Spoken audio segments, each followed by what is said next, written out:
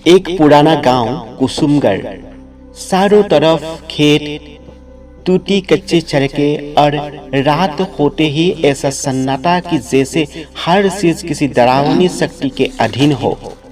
यहाँ गांव में कुछ दिनों में रात में लोग एक एक करके गायब हो जा रहे हैं और इन्हें कौन गायब कर रहा है यह कोई नहीं जानता। इस वजह से यहाँ के लोग रात में बाहर निकलने से डर रहे हैं। वीरेंद्र शहर में रह रहा था। उसके पिता की हाल ही में मौत हो गई और अब उसे अपने पुश्तैनी घर और जमीन के कागज पूरे करने के लिए कुसुमगढ़ लौटना पड़ रहा था। शाम का समय था। आकाश में हल्की धुंध थी और सड़कें लगभग अंधेरी। वीरेंद्र ऑटो में बैठा गांव की ओर बढ़ रहा था। ऑटो वाला चुपचाप ड्राइव कर रहा था। वीरेंद्र ने मजाक में कहा, भाई रात में तो काफी सुनसान रहता है यहाँ। ऑटो वाला बस एक ही बात बोला, साहब कोशिश करना रात को बाहर मत जाना। रास्ता लंबा और धुएं से भरा था। वीरेंद्र ने बाहर झांक कर देखा तो उसे सड़क किनारे खड़े पेड़ और खेतों के बीच से गुजरती अजीब सी परछाइयां दिखाई दी। हल्की हवा से पेड़ों की शाखाएं जैसे फुसफुसाए रहती है। वीरेंद्र ने खुद से कहा, बस शहर में रहकर ही अच्छा था। ऑटो धीरे धीरे गांव के मुख्य चौक पर पहुंचा। वहां का दृश्य वीरेंद्र को हैरान कर दिया। पूरे गांव में सन्नाटा था। कोई दुकानदार नहीं, कोई आदमी नहीं। चौपाल खाली थी। कुत्ते भी अपनी जगहों पर भौंक रहे थे। वीरेंद्र ने ऑटो वाले से कहा, भैया आप जाओ। ऑटो वाला सिर हिलाकर चुपचाप वहां से चला गया। वीरेंद्र अपने पुराने घर की ओर बढ़ा। पुराने रास्ते, टूटी सीढ़ियां और जर्जर दीवारें उसे बचपन की याद दिला रही थी। घर का दरवाजा अजीब तरह से बंद था। वही जैसे अपनी बचपन की दोस्त मंजरी दिखाई दी। मंजरी अब अकेले नहीं रहती। उसका चेहरा ढका हुआ और डरावना लग रहा था। मंजरी ने धीरे से कहा, अरे वीरेंद्र, इतने साल बाद कैसे हो? क्या हालचाल है? अरे यहाँ आना कैसे हुआ? हाँ मंजरी, मैं ठीक हूँ। मैं बस अपनी पुश्तैनी जमीन का कुछ काम पूरा करने आया था। लेकिन यह बताओ, यह गांव में इतना सन्नाटा क्यों है? वीरेंद्र, हर रात यहाँ कहीं ना कहीं आदमी गायब हो जाता है। कोई आवाज नहीं, कोई निशान नहीं। बस सुबह जमीन पर एक काला निशान मिलता है, जैसे किसी ने उन्हें जला दिया हो। वीरेंद्र ने हंसकर कहा, मंजरी, यह सब मनगढ़ंत बातें हैं। गांव वाले डरावनी कहानियां बनाते हैं। अगर तुम इसे हल्के में लोगे तो शायद बाद में पछताना होगा। रात में बहुत अजीब चीजें होती है।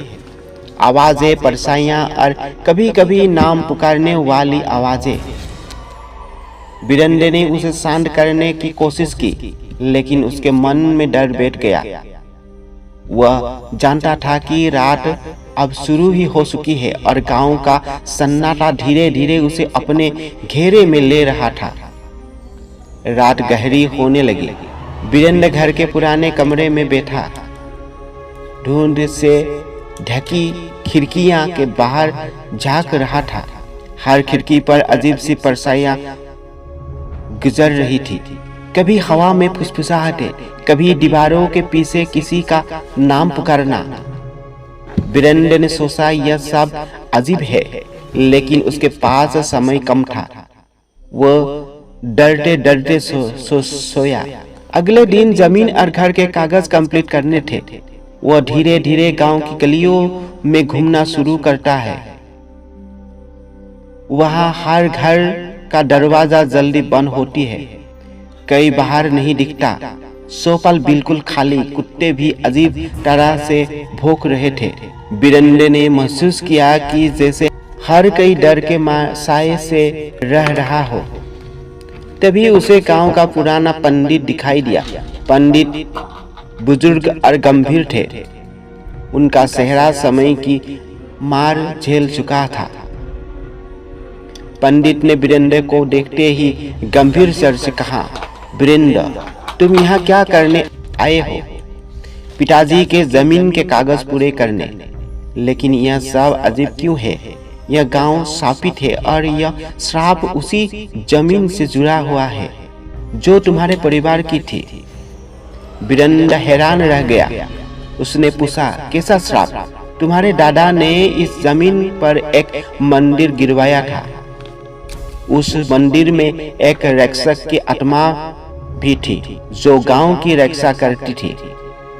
जब मंदिर टूट गया, आत्मा कैद हो गई। अब यह हर रात किसी इंसान की आत्मा खींचती है ताकि अपनी कैद से मुक्त हो सके।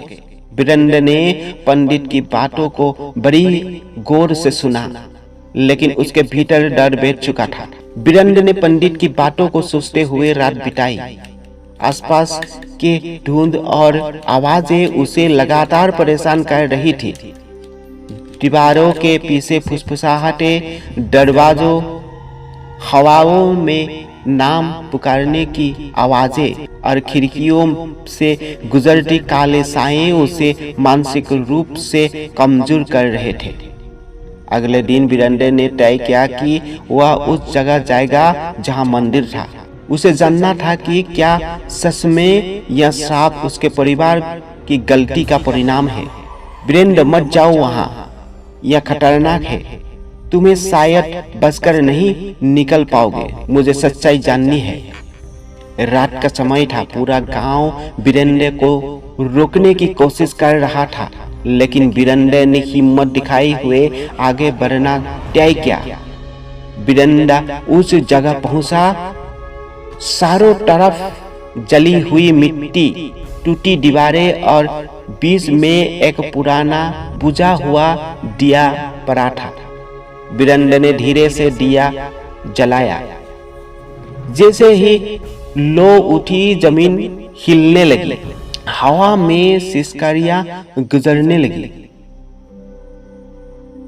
वीरेंद्र का मन डर से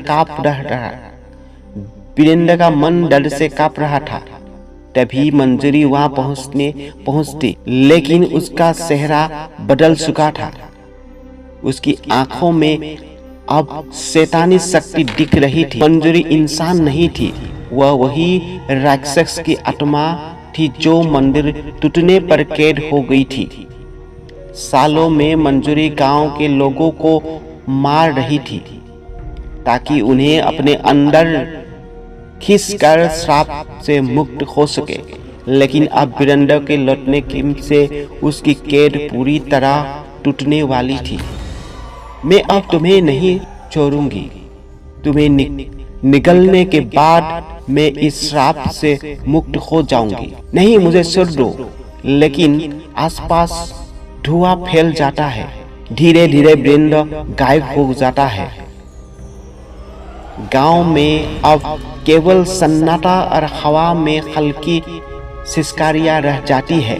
सुबह गांव में अफवाह फैलती है, वीरेंद्र भी उस राक्षस के जंगल में फंस गया। गांव के लोग अब और अधिक डर के साए में जीने लगते हैं। कुसुमगढ़ की धुंध अब और घनी और हो जाती है। सड़कें, पेड़, खेत और पुराना घर, सब कुछ जैसे वीरेंद्र की कमी को महसूस कर रहा हो। मंजरी अब पूरी तरह शक्ति में गांव में घूमती है। हर रात वह नए शिकार ढूंढती है और कई नहीं जानता कि अगली रात किसका साया दीवारों पर रह जाएगा।